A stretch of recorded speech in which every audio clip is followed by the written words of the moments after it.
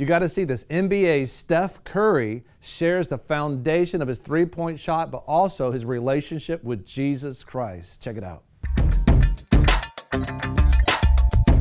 I don't know if you've watched it. You watched the last year when NBA was, the Golden Gate Warriors were right there, and they were playing, I guess, the Cavaliers, it was, yeah, and Cleveland Cavaliers, and you just, Steph was supposed to win. I don't know what it was. You're watching this thing, you're invested. LeBron's already a multi-trillionaire. And I'm not a LeBron fan, I guess, maybe not. But the fact you just wanted Steph to win. Yeah. But until he caught a couple of mezzanine three-pointers. Like, it was a very close Is this the games. same Steph Curry that from last playoffs? There's a lot of pressure on him. As a matter of fact, here's a Steph Curry talking about that pressure, because once you make the most valuable player and you're doing so well, the only place you can go, you can't go any further up if you're already won. I mean, I don't know if we actually showed that, but they went, President Obama took in the team and gave them some time, and they came to D.C., and it was just, but Steph Curry, he's a young Christian man, an NBA player, Golden Gate Warrior, and yet he maintains his relationship with God, and he tells us a little bit about that in this interview. As a matter of fact, this is Steph Curry, Golden Gate Warriors. You can't get lost in the daily routines and the hype of what we do on the floor and forget, why we're here. Steph Curry is basketball's distinguished sharpshooter, an NBA champion and back-to-back MVP, after becoming the league's first unanimous selection to win the award. His growing acclaim raises expectations. But it definitely becomes harder to stay at that level because you have a bullseye on your back, you're under a bigger, I guess you call it a bigger microscope, and there's much more scrutiny, criticism, praise, all that you have to deal with. Steph had to first deal with being overlooked, attending small Davidson College when big universities offered no recruiting interest. NBA scouts then questioned his size and skill set prior to the 2009 draft, before the struggling Golden State Warriors took him with the 7th pick. Are there days when you come in here and you're thinking, how did I get here? 100%. There are times where I think back to when I was drafted and didn't know exactly the direction we were going, a losing team, and to now where we're playing for championships and have a huge stage to play on every single night we step foot on the floor. So it's an amazing journey and something I'm grateful of the entire journey to get here. Here is Oracle Arena, home of the Warriors and hub for a rabid national and local fan base. For a Carolina kid, what makes the Bay Area a great place to play and to pour into? The Bay Area is just so culturally diverse, and there's so many different people from different backgrounds, and it's obviously a beautiful landscape. You got obviously the Bay, you got San Francisco, Oakland, so there's just a lot of variety in a very small space. You can tell the people who live here love it, and they receive us on the basketball floor so well. They support us. They're passionate fans and care about what the Warriors are up to. A team that's up to being the league's elite, with Steph's signature three-point shot resetting his own NBA record in each of the past 3 seasons. What for you is the most important component to your outside shooting? Consistency with your base and fundamentals. So you look at the greatest shooters in basketball history, not one person shoots like another person. They all have a very unique form, but they're the ones that can repeat that form over and over and over again with little change each time, so that they are a more accurate shooter when it's pressure time or when they're open, not open, whatever. On your release, what are you looking at? Where's your focus?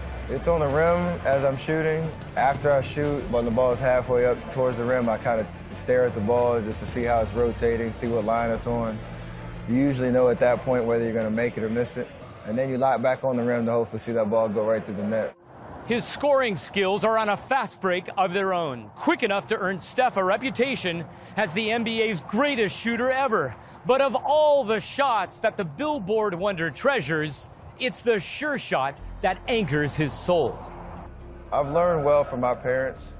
They set a very, very high standard of who you are, what you believe, and how Jesus can work through you on a daily basis should be at the forefront, and that should be able to navigate you through whatever life situation you're in, and to not be ashamed of that. His dad, Del Curry, played 16 NBA seasons. Growing up in a basketball family gave Steph a nurturing model shared among teammates. The brotherhood that is on this team runs deep. And we know there are a lot of guys that are similar in faith.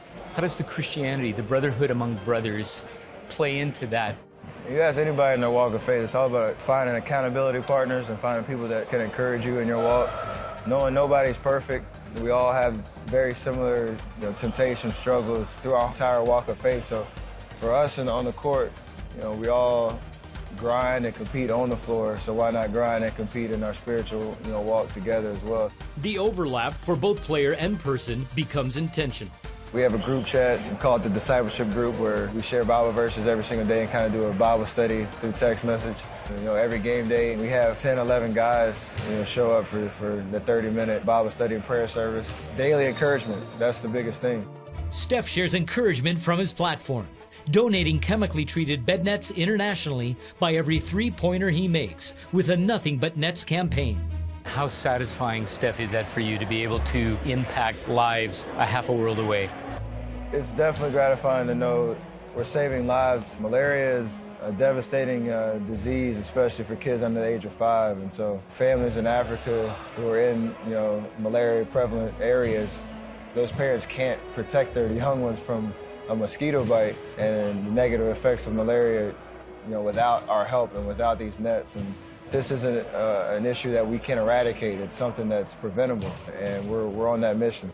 Steph Curry, the basketball shotsmith, double dribbles his discipleship into the game he plays and into the lives he influences outside of it. That's the hardest part, how crazy society is and the pace of our life right now.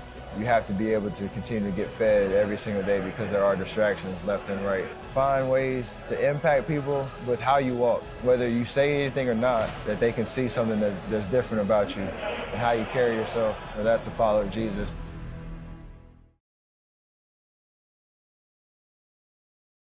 You got to continue to get fed every single day. Yeah. That's the Golden State Warriors.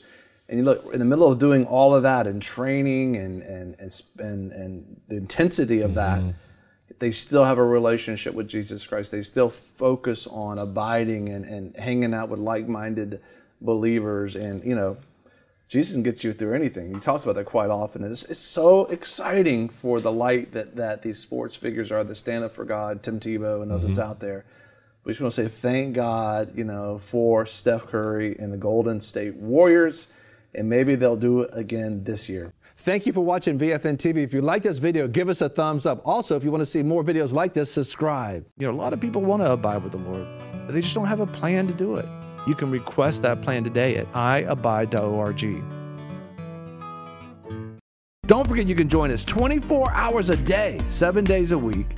Download our app and sign up for our newsletter, The Torch, at vfntv.com.